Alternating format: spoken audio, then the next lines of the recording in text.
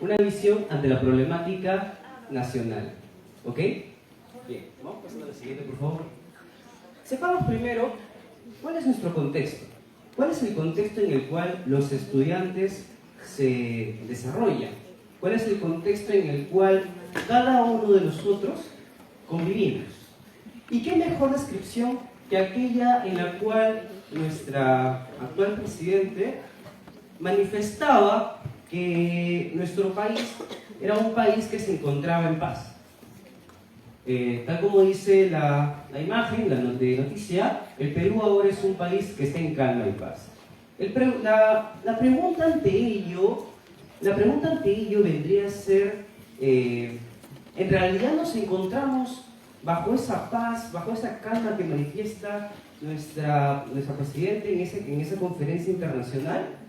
Cuando de alguna manera tenemos altos índices de corrupción, delincuencia, asesinatos, fallas en las instituciones estatales y también incluso pobreza, una pobreza bastante abundante. Entonces, dado a ello, ¿nos encontramos en esa paz, en esa calma? La respuesta está en cada uno de nosotros, ya que de alguna manera es más que evidente. Entonces, ¿cuál es el rol de la educación ante este contexto? O sea, ¿cuál es la finalidad en la que van a tener cada estudiante para poder asistir a la institución educativa?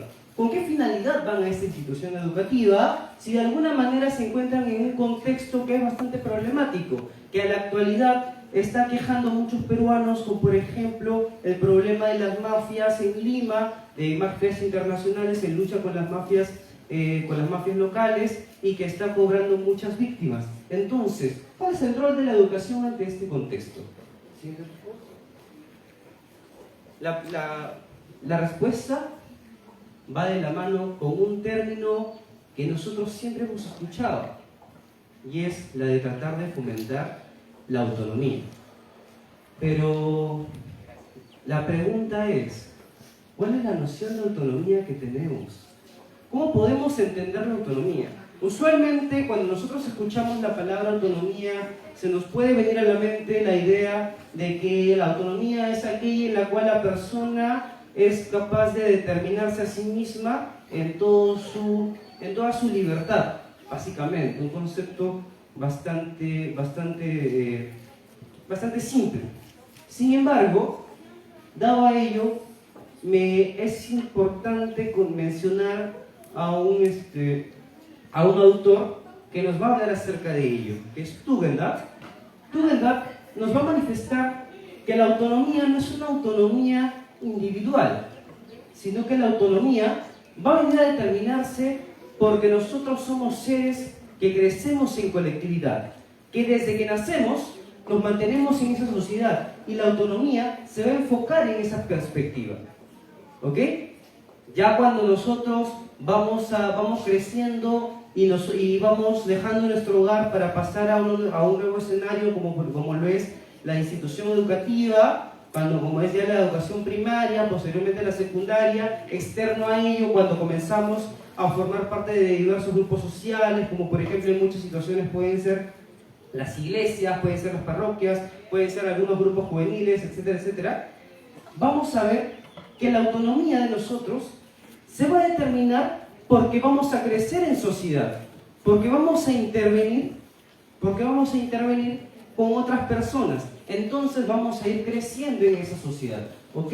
Entonces, si la educación se debe enfocar a que nosotros propaguemos esta autonomía, de que el estudiante sepa de que no es un ser individual, sino es un ser social, como ya es la noción que nosotros conocemos respecto a lo que es el ser humano, vamos a plantearnos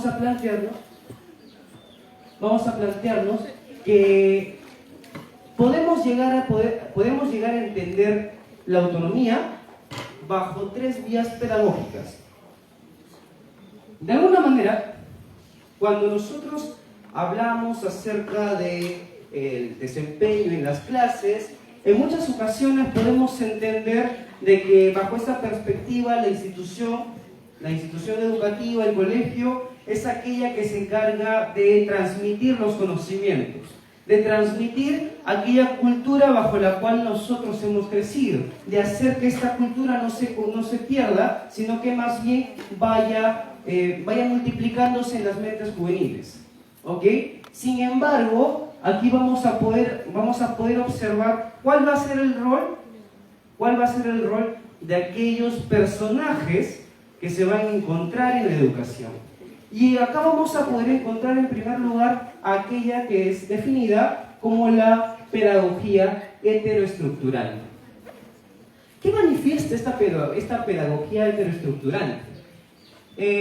A simples palabras, como lo que podemos observar ahí, vamos a ver que el docente va a adquirir el rol solamente de un disertador, lo que anteriormente se conocía como una docencia de cátedra, en la cual el docente se encargaba de presentar toda la información, de darle toda la información al estudiante, y el estudiante simplemente podía escuchar, simplemente podía recepcionar, simplemente podía hacer oídos y hacer lo que el docente le pide.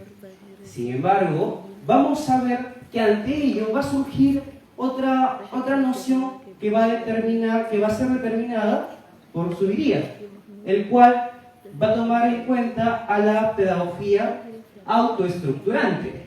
Sin embargo, vamos a ver de que incluso cuando nosotros hablamos de que esta pedagogía autoestructurante va a proporcionar un horizonte de individualidad y va a ser no solamente que el estudiante pueda trabajar, pueda poder interactuar con el conocimiento, y el docente solamente sea un acompañante, va a manifestar su idea de que eso no va a ser suficiente, porque también se va a necesitar de que el docente de alguna manera interactúe, de que de alguna manera el docente plantee aquella noción que va a hacer que a partir del estudiante surja aquella necesidad por aprender. Ya lo vamos a ver más adelante en unas reflexiones de un filósofo, y lo he colocado al final.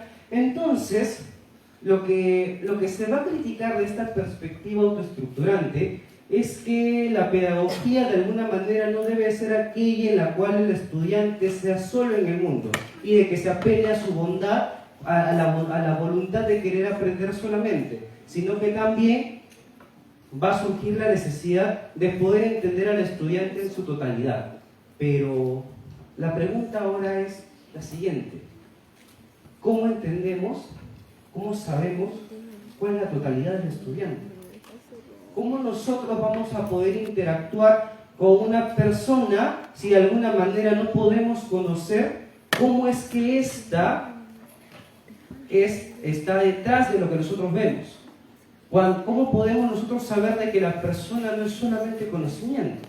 De que el estudiante no es solamente una mente, vale la redundancia, solamente una mente que recepciona conocimientos a partir del mundo, de que a partir de las perspectivas que nosotros podemos observar, va a ir captando conocimientos.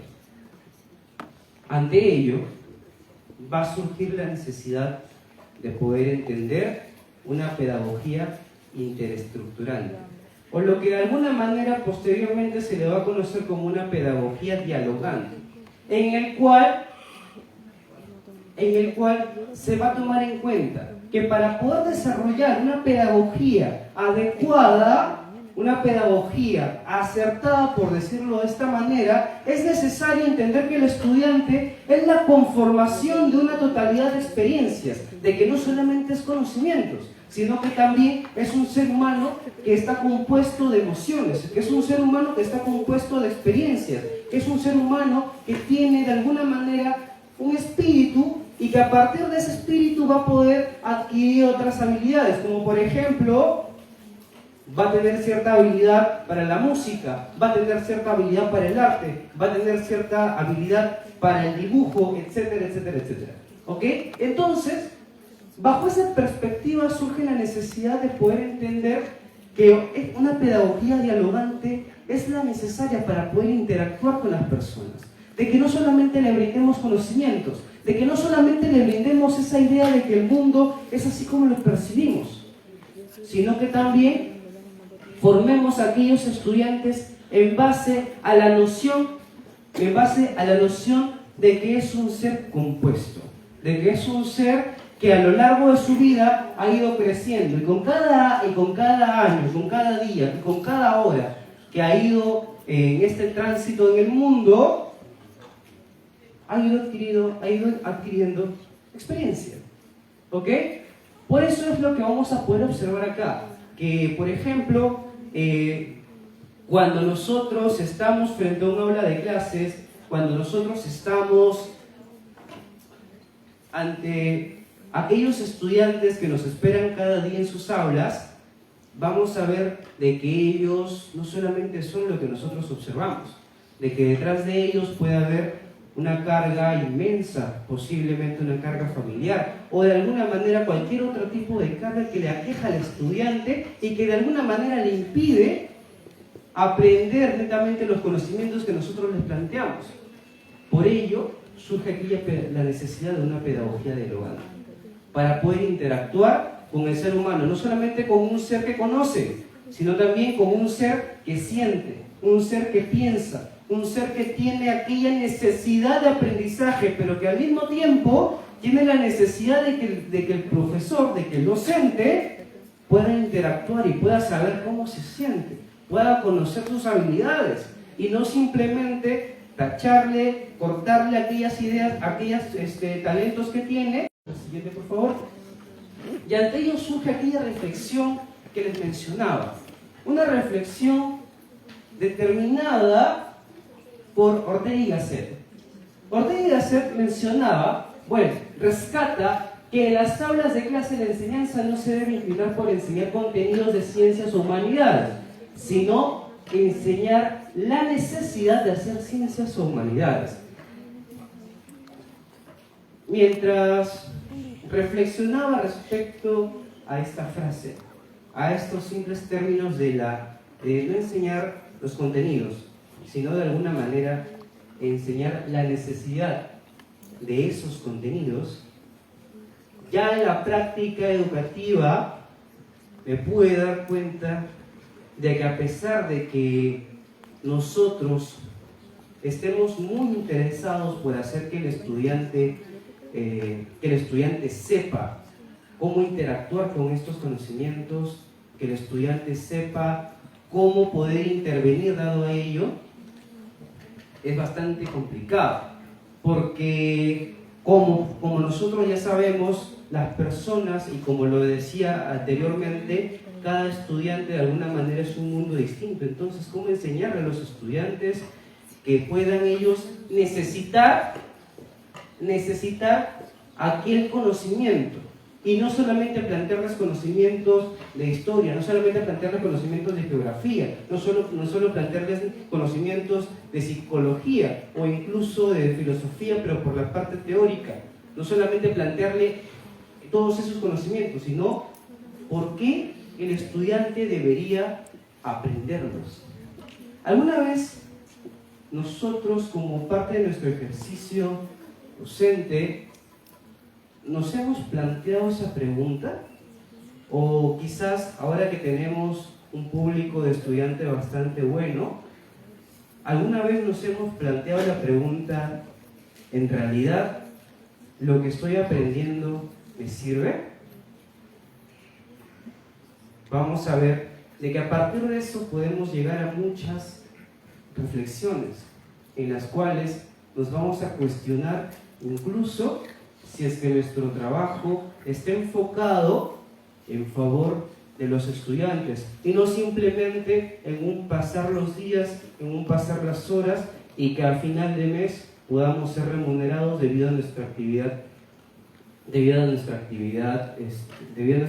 económica, sino más bien referidas a que en realidad el estudiante está cumpliendo con aquella noción para la cual asiste a ese lugar llamado institución educativa o asiste a ese lugar llamado colegio, o incluso nosotros poder entender de que aquella necesidad de conocimiento es para la cual nosotros accedemos o vamos en camino siempre a la universidad, porque cuando nosotros vamos creciendo, vamos interactuando con más personas y va surgiendo la necesidad de querer conocer. Y es aquella necesidad por querer conocer es en la cual nosotros, docentes o futuros docentes, tenemos que estar enfocados.